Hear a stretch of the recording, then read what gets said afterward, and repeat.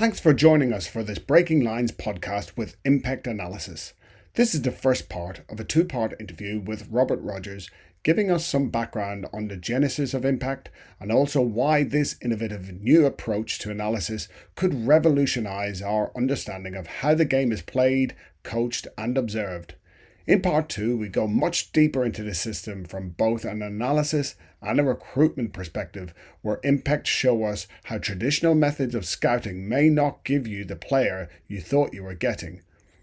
Please subscribe to the show on your podcast provider and watch the show also on YouTube. Likes, comments and questions are all greatly appreciated. Now on to the episode. That was a problem, Dave. But back in the day, as we well know, if you were a defender like me, who was an average defender, data was the stick that they used to beat you with. And for whatever reason, Jens and Stefan felt that didn't really reflect the game particularly well, and it didn't really give a true reflection of how the team played. Players were being assessed on this data. Wow, this is like watching football through a completely different lens and seeing the data that the game produces presented in a completely different way.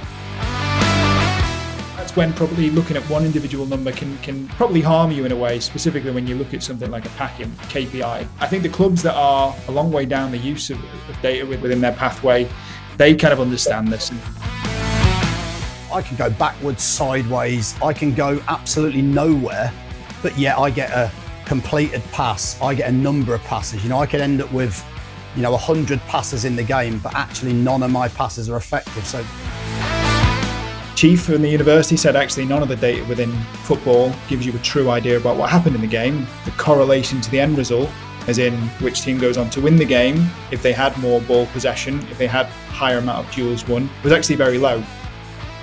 An idea of a certain team that they really like, and they say, I want to play like them, which, is all well and good, but if you march into a club that hasn't got any player that can play anything like, Pep Guardiola's Man City, it's probably not going to go very well. Welcome, football fans, to Breaking Lines, the podcast that takes you behind the scenes of the beautiful game like never before. I'm Gary Rowett, former player and manager, joined by the insightful Dave Carolan, a man with his finger on the pulse of football's beating heart. Together, Dave and I bring you unrivaled insight, context, and a few stories from the trenches. This is Breaking Lines, where the game is more than just a match. Live from Germany, we're delighted to be joined by Robert Rogers, the head of English football operations for Impact Analysis, who are doing some innovative and groundbreaking work in the world of analysis and analytics. Good morning, Robert. How are you? Yeah, very well. Thanks, Dave. I thought you might have led with Guten Morgen, but yeah, very well. How are you?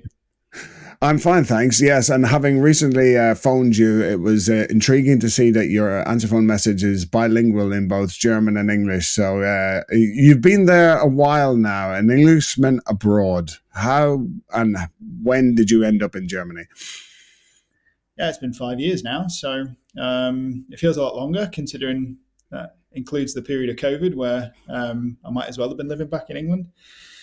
But it's been a really interesting transition. I moved over 5 years ago, essentially to pursue this opportunity with Impact. On a personal side of things, I've now ended up with a German wife and a German child, which is very nice to be able to integrate into the culture. But the idea was from an Impact side of things to be able to further bring the company along within the English market. So it's quite well adopted in Germany. It was back then. And I guess it's now branched out to a certain extent in the UK. But yeah, having kind of previously gone through the idea of impact and packing data, I'm sure we'll get through in earlier work. It was a really nice opportunity for me to work with the company. Robert, one thing that strikes me with the company, and obviously we've worked with you guys for a while now, and it's something I really believe in as a product that you offer. And the reason I do is, it started, of course, with two footballers, Jens and Stefan. But so actually, could you give us a bit of an idea of why on earth they decided to head into data? Was it their own experiences? Was it a lack of data in at the teams at the time? Give us a little bit of context behind the company and why they started it. Yeah, so I guess context is absolutely the right way to introduce this. The two former players that you mentioned there, Gary, Jens Hegeler and Stefan Reinartz, they both played football together. I guess they've got quite a number of Bundesliga appearances between them, but they were at Bayer Leverkusen at the time. Their manager used to put stuff up on the dressing room wall. It was, I guess, what we would now think of as very basic data, probably stuff we'd see more on the TV nowadays.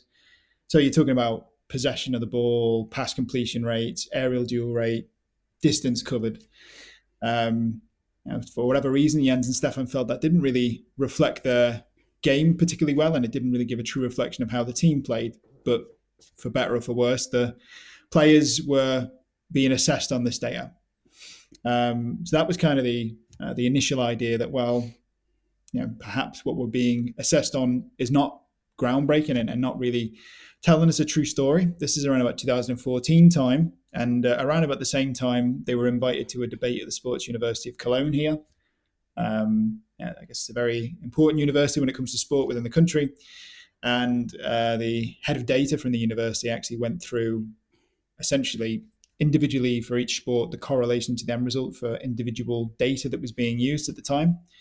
Stefan and Jens, being invited in their roles of footballers, kind of told the crowd about how data was being used at the top end of the sport. You would think that Bayer Leverkusen would be quite groundbreaking, but I guess the hammer blow was that the data chief in the university said actually none of the data within football gives you a true idea about what happened in the game. The correlation to the end result, as in which team goes on to win the game, if they had more ball possession, if they had higher amount of duels won, was actually very low. So that was the origin story for Stefan and Jens to try and measure something a bit more contextual and something that gave you a better idea about what happened in a game. See, that was a problem, Dave. But back in the day, as we well know, if you were a defender like me, who was an average defender, data was a stick that they used to beat you with as a manager, because he'd say, "Oh, your pass percentage is not as good as, Man United's defenders," or "You're not covering enough distance." And I'm thinking, well, if I cover loads of distance, basically I'm out of position most of the time. So it was very difficult back in the day, wasn't it? Because because it was so new, but also nobody really knew how to use it. And actually, I think it actually impaired performance back in the day. So this is why I love Impect so much, because I've got some like-minded people there that are trying to make defenders look better, certainly, but the wooden ones like myself.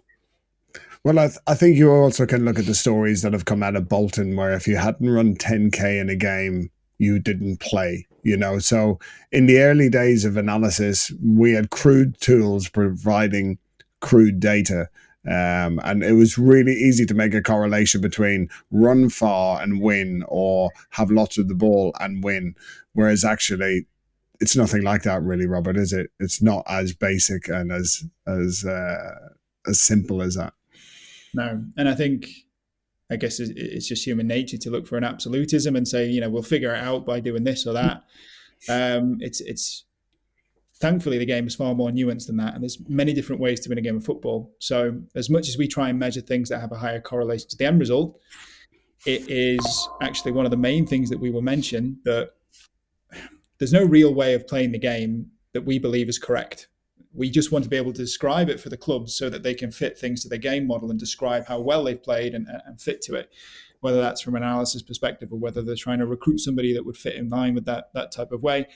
I am hopeful, perhaps I'm a little bit romantic, that our game will never be figured out in that way, and that we will have different styles of play. Not everybody will play in the exact same structure and system, because that tends to be what makes the game great. And I think that anybody who's trying to say that they've figured the game out already with data it might be a lot better than a few years ago, but it's still nowhere near to a point where we know exactly everything that goes on and how to fix it.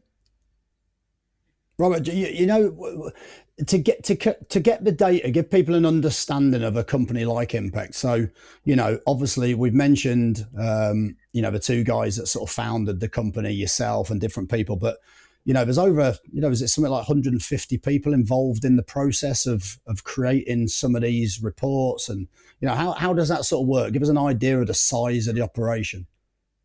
So I guess it maybe is a little bit unknown to people who use the data, but it takes a lot of work to go into it. It's certainly not a simple thing to set up.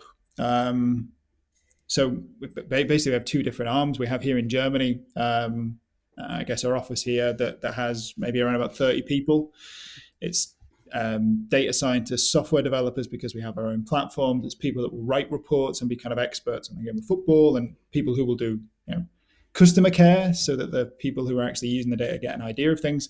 But then we've also got, I guess, a small army of people who collect the data. So it's well over 300 people whose full-time job is to also then collect the data. It takes a long time to collect. It can take 9 to 10 hours per game when you take into account the collection techniques, the quality control that goes into it. It's a bit longer than, I guess, other providers in some ways. But we believe it's important to be able to add the extra layer of context that's needed. So by no means is it a simple process. I just think that sometimes it's worth taking a little bit of extra time to get things right. And I guess we'll talk about it a little bit later, but bad data can also sometimes be a hindrance to clubs as opposed to help them. It's important to get it right. Yeah, it's fascinating, isn't it, when people talk about data, the quality of the information coming in is so important, because bad data in is bad decision making, and unfortunately it can lead to bad results. Whereas the one thing, at least when you've got good quality control, and certainly the scientist in me wants to make sure that, there's a high level of rigor around that collection. You say about the people who are doing this collection, have they got backgrounds in football, or are they more people who are specialists in being able to collect and interpret the data? Yeah, it's a really interesting debate, actually, from a data collection perspective, because if you have people who are football experts, so to speak, they kind of need to not cross the barrier of going from objective data collection to subjective data collection. For example, if you're watching a game and, I don't know, it's John Stones who tries to make a pass, we might think, we know what he was trying to do there. It's John Stones. I'll say that was a certain type of pass. It needs to be completely objective. People need to be taught to collect the data in a way that doesn't give any biases from a human perspective at all. So, I mean, the people who collect the data are, I guess, football fans, but we try and make sure that they're not using any of their human bias to collect the data themselves. In theory, providing they understand the points of data that they need to collect, they don't necessarily need to be aware of certain aspects of football. It then comes to how we interpret the data and how we create KPIs from the raw data that's been collected. Robert, your main, when you mentioned obviously you guys are over in Germany. Obviously, the two guys that founded it are German. So, and that's your sort of main. Obviously, you have other markets, and I'm pretty sure very strong in the UK as well. But how many sort of clubs? Give us an idea of how many clubs would use this product over in Germany. Let's say in the top flight or beyond. Yeah, in the Bundesliga, I think it's 15 of 18 for the current season are using it either for analysis or recruitment or for both. So I always think of it as a kind of a household name here in Germany. It's the go-to thing to be used. It's taken some time to get to that point, but I think in general, clubs in Germany are pretty adept at using data. And I guess around the world as well. I guess we're working with over 100 clubs and associations at the moment. So there's clubs in every corner of the world that are using the data now, and it makes me very proud to be able to say so. That some are also gaining some insights from what we do. Why are so many clubs in Germany using your data? Do you think, without sort of putting a negative spin on it, do you think German clubs are slightly more advanced on the whole? In the way that they think? Is it the sporting director's been there a lot longer? As a position, again, this is not a criticism of UK clubs, because obviously, we've worked in a lot of them. But do you think German clubs use it a lot more effectively at the moment, or why is it so strong there? Not necessarily. I think I guess we can see it from a perspective of having worked in the English game. We often probably look to Germany and think, they know what they're doing. They've won a certain amount of trophies at club and national team level, so they obviously are better at what working with data and analysis and tactics. I wouldn't say it's the case. There are some clubs over here that are very basic. Not to say that they don't get use out of the data, but it's no more advanced.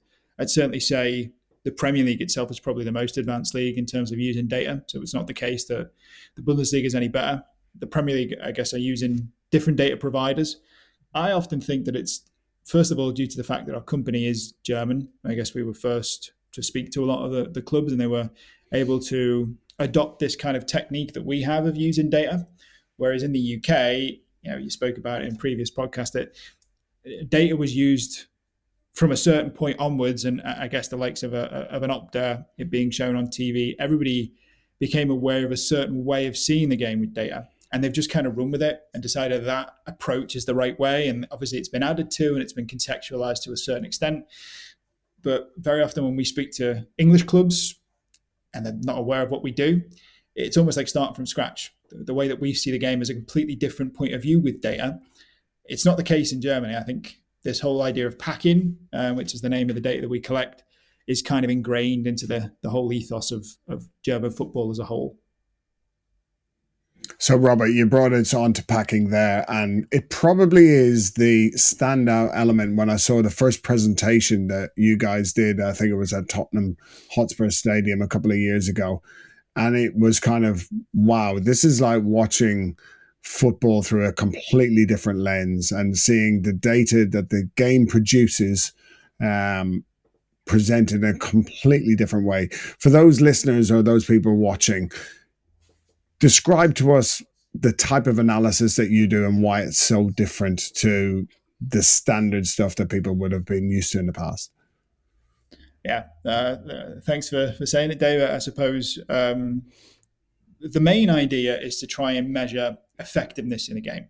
And I think from the starting point of what Stefan and Jens thought about, was it useful to collect, was more to do with how many players are taken out of the game with each individual action, as opposed to counting the actions, which is kind of the approach that has been done in the past, and I guess has been kind of done to death in terms of how we present that and look at pass completion rates and total attempted passes and this type of thing. We have always measured from the start how many players are taken out of the game with a pass, with a dribble, with a long ball, any way in which you can take a player out of the game. So we call that packing. And essentially, each individual player that's taken out of the game by a player or a team, we have a score at the end of the match for bypassed opponents. Now, there are other ways in which you can take players out of the game. I think bypassed opponents is the one that's most well known from us. Certainly haven't been brought up to probably kick it long more than try and keep the ball on the floor like they do over here. I'm also a big fan of the idea of removing opponents as opposed to bypassing them. The idea of this is winning the ball back in high areas, then how many players are beyond the ball that have been taken out of the game to a certain extent. This is also a type of packing. And that kind of brings me back to the point I made in the first place. There's no right way of playing the game. Each individual approach has its place with the tools that you have at your disposal within a club. We're just trying to be able to measure what's been effective, whether you're winning it back from a high ball or whether you're progressing the ball along the floor or breaking the lines in that way. And I think that's the key to it, isn't it? And that's where I think the context is there, isn't it? If I'm a for people listening to this, if I'm a midfielder and I receive the ball, and the old way of measuring it, or maybe other people's way of measuring it, I can go backwards, sideways, I can go absolutely nowhere, but yet I get a completed pass, I get a number of passes. I could end up with 100 passes in the game, but actually none of my passes are effective. So therefore, my performance hasn't been affected. Whereas, with your data, all of a sudden you can see just how effective that pass is in putting your team on the attack or getting your team into a really dangerous area, not just on the floor, breaking the lines essentially. I thought I'd get that in. But you could actually play, you could actually play over the top of the line. So even a longer ball that goes over the top and puts a striker in on goal, whilst it's a long ball, is also an incredibly effective pass. So, how do you so again, just give us that again, really, Robert. How do you measure that pass? So if I take two players out of the game, if I take 7, so just give us a bit more of a sort of an idea of exactly how you'd measure that.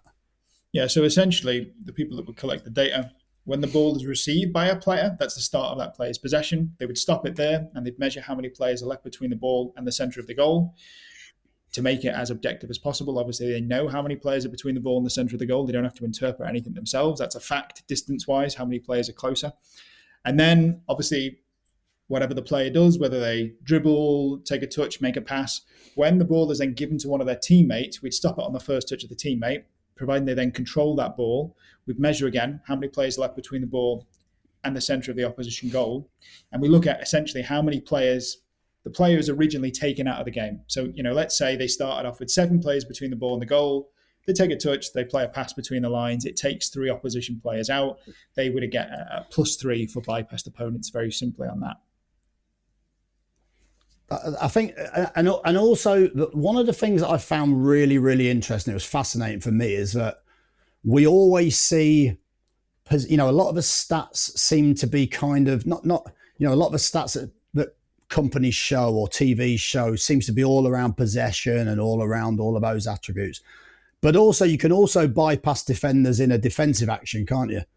By intercepting, by pressing, by being very controlled out of possession. So sort of give us an idea of how that might measure, in terms of if I intercept something and actually, can I still bypass defenders in that sense? Yeah, I mean, you're absolutely right. And I think it's important to be able to add that layer of context because it's another way of harming the opposition. So, if we're playing out from the back, our team, and we get pressed, I get pressed and I lose the ball, essentially, our team's gone obviously from being in possession to losing possession. The players then further away from the goal than the ball from my team have been removed from the game by me losing it. So that opposition player who's won the ball from me would then get +9 for removed opponents. If it's just me and maybe you, Gary, left next to me at centre-back that can defend this action. So it's a way of really measuring how effective that individual action was. And obviously there is a way to look at this with typical data that you've just mentioned, but it would just be called one interception or one tackle, as opposed to being able to contextualize, well, how effective was that one interception, that one tackle? Sometimes these happen on the centre circle. That can mean completely different things. If you're playing against Man City one week, you maybe won it from the Man City centre-back and you threw in a one-on-one. If you're playing against Everton next week, you might have won it from their centre-forward and you've still got 10 players left to beat. So adding that extra layer of context is really the most important thing that we see, as opposed to just counting the amount of actions and essentially saying where it happens on the pitch. Yeah, it's great to see that you've got both sides of the game covered there, not just what you do in possession, but how elements out of possession perhaps contribute to attacks. Because while we can see passes per defensive action as something that people are far more aware of now, but this idea of, we've certainly been more aware of pressing styles in recent years, haven't we? Whether it was Gengen pressing under Klopp or maybe what Bielsa did. Are we seeing now that the way teams press and how that contributes to attacks is that becoming far more understood by coaches and by players? Yeah, absolutely. I think probably be careful in what I say. It's one of my pet peeves, the PPDA, passes per defensive action, because it was a proxy. It was a way of looking at defensive actions by a team without really knowing what they were doing. Were they pressing or were they not? Essentially, I guess anybody that doesn't understand it, it's essentially the amount of passes that have been able to be attempted by a certain team before the opposition made some sort of defensive action, so a tackle, an interception, a block, anything like that. Now, If you play against, let's say, for example, Diego Simeone's Atletico Madrid, maybe not now, but 5 years ago, they would let most teams, if they wanted to, pass the ball around the back four constantly until they hit a certain point in the pitch. And then they press you like there was no tomorrow. PPDA thinks that they're very, very poor at pressing, or at least it believes that they're a low intensity team. You need to add the context of what is happening. How are they pressing? Is it at a certain point that they press on the pitch or within their own formation? People have certain pressing triggers that they try and look into. And being able to add this nuanced data that describes exactly how a team wants to press allows you to really understand a little bit more about what is happening, as opposed to just measuring it with some sort of catch-all, PPDA style figure. And I think this is what, and this is a bit for me that, makes you think differently, isn't it, about data sometimes? Because, I watched a game last night and, the team were 2-0 down and they just played across the back centre-back to centre-back about 10 times. And all they're trying to do is, of course, we hear this terminology, they're trying to provoke the press. Well, the team that are 2-0 up just sat and waited. So they might have made 20 passes, which makes the team that are 2-0 up look really negative in their performance if you just judge that metric. Whereas actually the opposition are doing nothing to them. So in some ways, like you say, it's this opinion of one metric defines the look of the game and the look of a style of play. Whereas actually in Simeone's case, like you say, they're just waiting. They're a transition team. They want the opposition to come into a position where now they're vulnerable, because maybe when we win it, we can bypass more defenders with the next action. And I think this is why context is absolutely everything, in my opinion, within the data, isn't it? And that's just one very good example of that, I think. Yeah, absolutely. I mean, I always like to think of the idea of contextual blind spots, and by no means is our data or the data that anybody else producing at the moment able to look at every single blind spot. There's certain things that football experts have to be able to provide input into. That's one of the beauties of the game. I don't think data will ever figure it out. But Gary, you mentioned, I think on a previous pod, that at Cambridge, you were kind of forbidden from shooting from range. Now, if you've got Juninho from Lyon, or I don't know, Hakan Çalhanoğlu, I don't think you'd ever go at them from shooting from range if they are objectively one of the best long shot takers in world football. It's all about what you've got at your disposal. So this kind of absolutism of not really understanding what the data is telling you is, it can be doing more harm than good. It's an oversimplification of different things. I mean, I think you also covered it a little bit on the previous pod about, in English football, Charles Hughes and probably more Charles Reap were the trailblazers of using data in some way, but they had a very absolutist approach. And they kind of stuck to a certain idea that they figured out the game with the position of optimum opportunity and this kind of percentage game where they wanted to do it within 3 passes and then get a shot away because they saw there was more shots coming from this approach. If you've got, I don't know, Andy Carroll or Kevin Davis up front, that approach probably works really well. There's nothing wrong with that. That's football. It's going to be breaking as many lines as playing through the lines will be on the ground and having a team playing like Barcelona. But if you don't have a team like that, you don't have to conform to this style. I don't think anybody would march into Pep Guardiola's office and say that you should be doing that because this data says, based on foundings across the entire game, you get more shots away by kicking it long. It's about being able to break it down into that specific game plan that you have as a team. We had Colin Bailey and Chris Ledbetter in midfield. That was a problem, which is why they've had to play the ball wide. I apologise to those people if they're listening, but they had to play. But it was really interesting, that early sort of being involved in a team that actually used data, probably regardless of how crude it was or how raw that data might have been. It was really interesting to play in a team that actually used data essentially to guide their game model, as opposed to having a game model and looking at the data around it and sort of, trying to see whether the game model's working. It was really, really interesting. So it's probably the first objective team essentially to play the game, around that time. And, again, it was just a really interesting insight for me that, they had all these ways of doing it. The ball had to go wide because if a defender kicked it out of play, you were more likely to score from a long throw in that division. Again, it's context in that division. If you crossed to the back post, you were more likely to score if you then headed it back across, the Pomo position. Again, everyone had nice names for it, didn't they? But essentially, I suppose it comes down to a sort of interesting question as a coach. Are you seeing clubs use the data to underpin their game model, or are you seeing clubs use successful teams, take their data and actually try to implement that into their game model? What would you say around that?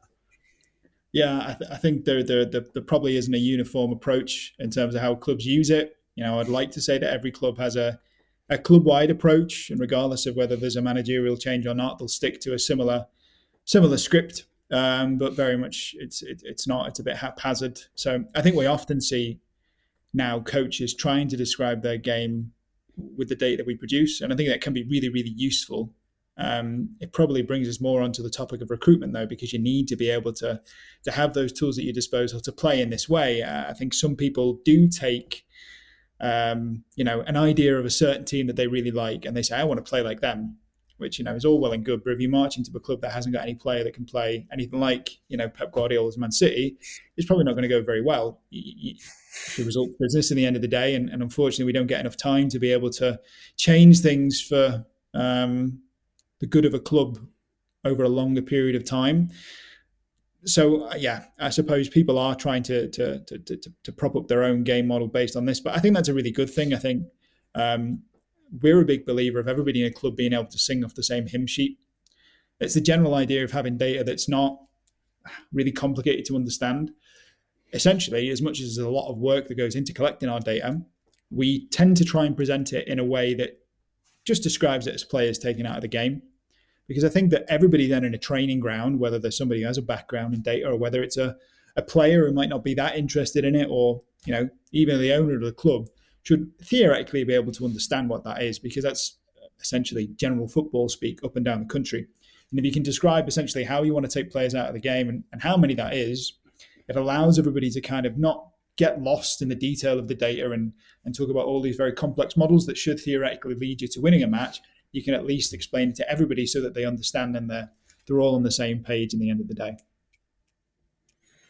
Yeah, it's really interesting how you how when you look at the platform, there's such depth to the data, isn't it? We've kind of moved from maybe, I don't want to, kind of paint it in a bad light, but, maybe at Cambridge it was primary colours data, whereas now it's like the whole spectrum. You can look at everything from the attacking metrics to the defensive metrics. You can look at transitions. You can look at time spent in different phases of the game and what people are doing in those phases of the game. Does that mean we're able now to have a wider range of concepts around game models? So it's not just somebody's a pressing team, somebody's a passing team, that there's a far greater spectrum that people can look at and almost say, well, in possession they play like this, and out of possession they play like this, but there actually is far greater breadth to the types of ways that people play the game. Yeah, absolutely. I suppose data is at its small part in that to play in terms of how people have decided to build their game models, but I suppose the more detail you can provide, the more chance people have to be able to play in different ways. I always think that tactics within the game are cyclical.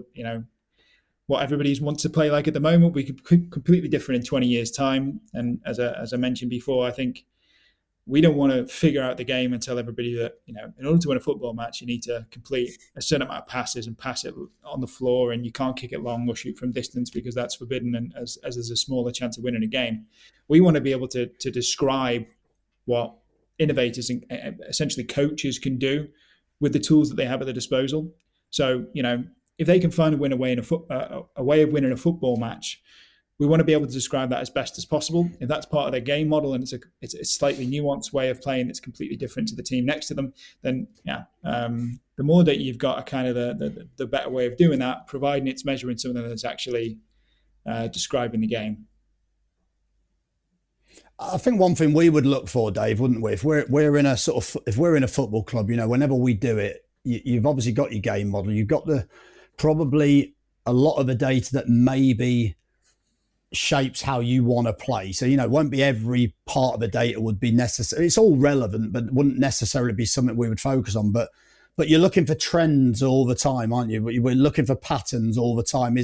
Let's say if it's bypass defenders, have we got a rough number that we think, or a rough sort of parameter we think actually means we've created chances and played well? If that number starts to drop over a period of time, then for us, maybe it's something we start looking, okay, look, we're not doing that. Why is that? And then you can start to look at the game in a slightly different light when you rewatch matches back. Do you know what I mean? That's how we would tend to view it, as patterns. Would clubs come to you and, how would a club sort of use their game model? Could they shape some of the data, or could they shape a little bit of maybe what you show them in their reports around the way they play?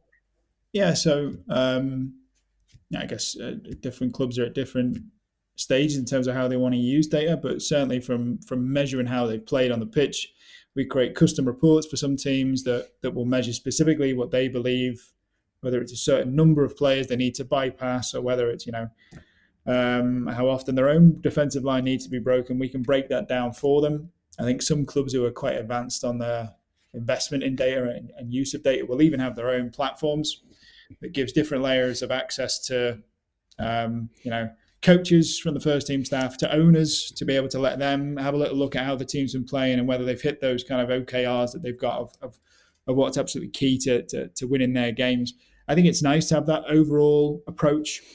It does, however, again lead on to the context side of things that, if you want to bypass a certain amount of opponents, that's all well and good. But if you play against Man City one week, it's kind of the debate of whether you should be dogmatic and continue to play in that way, or whether you need to be a little bit more flexible and go, look, it's Man City. We're probably not going to beat them at their own game. We might have to try a different approach here. Is that the right thing for the club? And that's when probably looking at one individual number can probably harm you in a way, specifically when you look at something like a packing KPI.